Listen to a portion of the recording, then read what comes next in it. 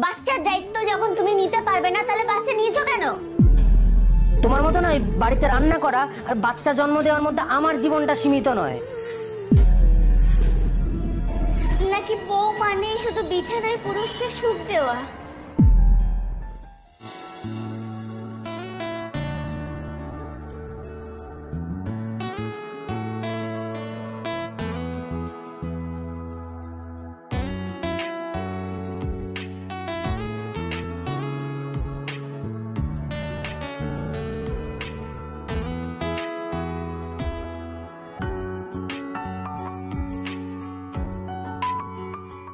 বলছি শোনো না, শরীরটা না একদম ভালো লাগছে না, কালকে ডক্টরকে বলতে হবে।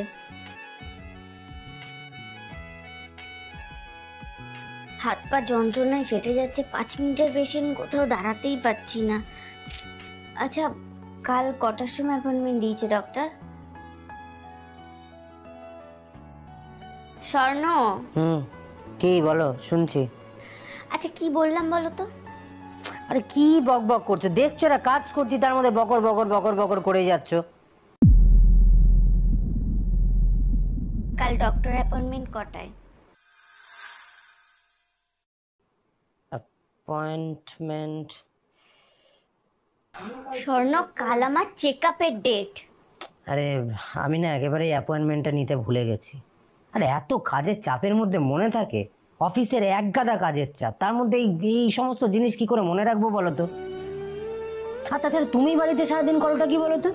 সারাদিন রান্না করার ঘুমানো ছাড়া তো কোনো কাজ নেই, তাও তো এখন রান্না বান্নাও ঠিক মতো করো না, সারাদিন ঘুমিয়েই থাকো। এই ছোট ছোট কাজগুলো তো তুমি করে নিতে পারো, তাহলে তো আমার মাথায় এত চাপ পড়ে না। একটা অ্যাপয়েন্টমেন্ট বুক করা কোনো ব্যাপার নয়, কিন্তু প্রথম থেকে এটা তুমি করে আসছো, তাই আমি কখনো কিছু বলিনি। এখন তোমার প্রেগনেন্ট ওয়াইফের থেকেও তোমার কাছে চ্যাটটা বেশি ইম্পর্টেন্ট হয়ে যাবে, সেটা তো বুঝিনি। কি? আমি চ্যাট করছি? আমি চ্যাট করছি? কে বলেছে তোমাকে আমি চ্যাট করছি? তুমি দেখেছো নিজের চোখে আমি চ্যাট করছি? আমার অফিসের কাজ থেকে হাজার একটা কাজ থাকে। তোমার মতো নয়, বাড়িতে রান্না করা আর বাচ্চা জন্ম দেওয়ার মধ্যে আমার জীবনটা সীমিত নয়।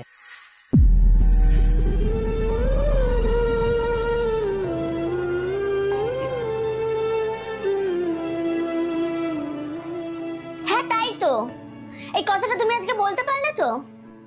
বাচ্চাটা শুধু আমার একার? বাচ্চার দায়িত্ব যখন তুমি নিতে পারবে না তাহলে বাচ্চা নিয়েছো কেন?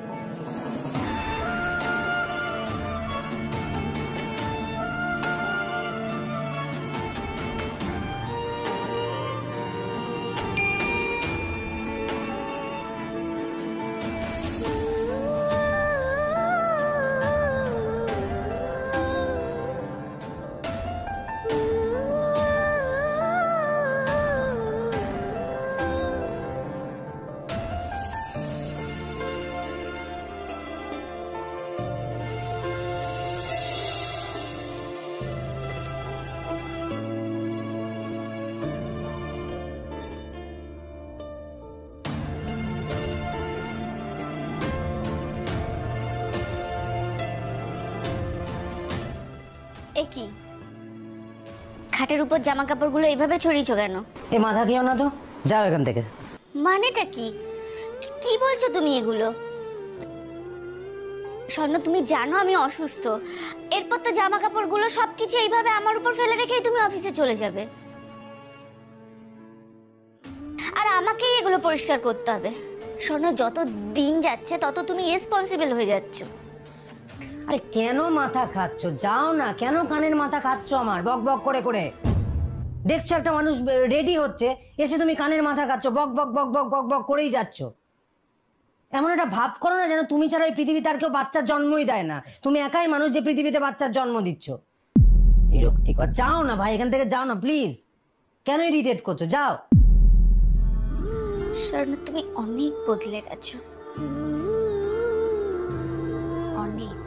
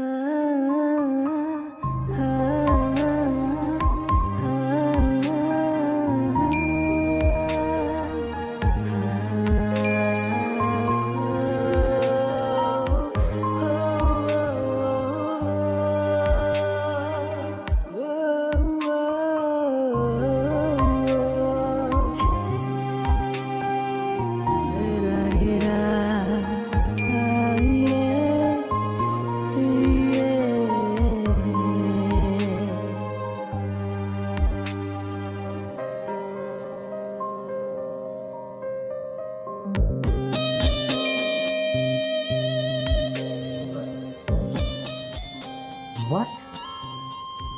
Reception?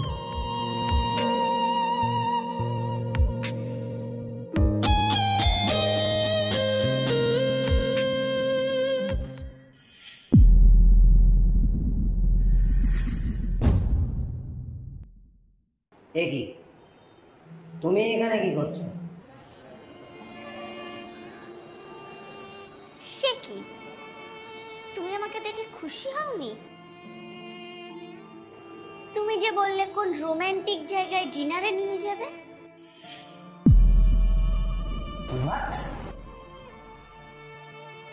মানে এতদিন ধরে তুমি আমাকে টেক্সট করছিলে, রাইট? হ্যাঁ আমি। ওকে, বুঝে তুমি বাড়ি যাও, ওই বাড়ি ফিরে কথা বলছি। দাঁড়াও,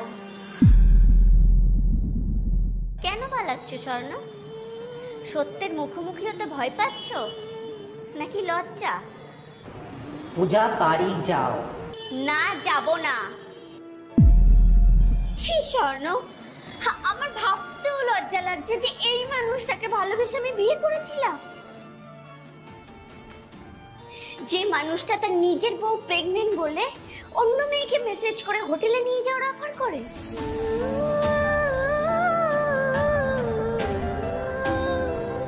পূজা, বাড়াবাড়িটা তুমিও করেছো।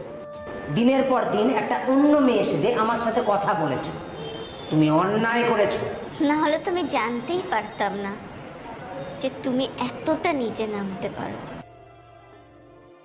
একটা মেয়ে 10 মাস ধরে একটা সন্তানকে গর্ভে ধারণ করে হাসি মুখে অসহ্য যন্ত্রণা সহ্য করে সেই বাচ্চাটাকে জন্ম দেয় তোমাদের মতন মানুষের জন্য। ছি, আমার ভাবতেও ঘেন্না লাগছে। আমি যেদিন থেকে প্রেগনেন্ট হয়েছি সেদিন থেকেই আমার উপর থেকে সমস্ত ভালোবাসা, সমস্ত আগ্রহ তোমার চলে গেছে। শরীরটাই কি সব স্বর্ণ? শারীরিক চাহিদাটাই সব?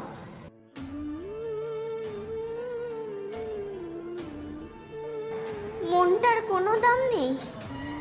নাকি বউ মানে শুধু বিছানায় পুরুষকে সুখ দেওয়া? চুপ করো প্লিজ, চুপ করো প্লিজ, আমি তোমার কাছে হাত জোর করছি, চুপ করো। আর কত গিল্টি ফিল করাবে আমার? আমি আমি আমি তোমার কথা শুনতে পারছি না, রিয়েলি সরি। এখন আমার নিজের প্রতি নিজেরই না হচ্ছে।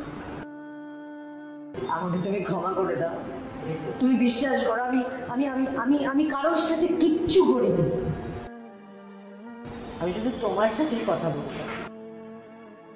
প্লিজ আমাকে ক্ষমা করে দাও, প্লিজ আমাকে একটা সুযোগ দাও, প্লিজ। সরি। ভাগ্যিস ওটা আমি ছিলাম, না হলে এতদিন তাকে নিয়ে তো হোটেলে ফুর্তি করাও হয়ে যেত তোমার। বুঝা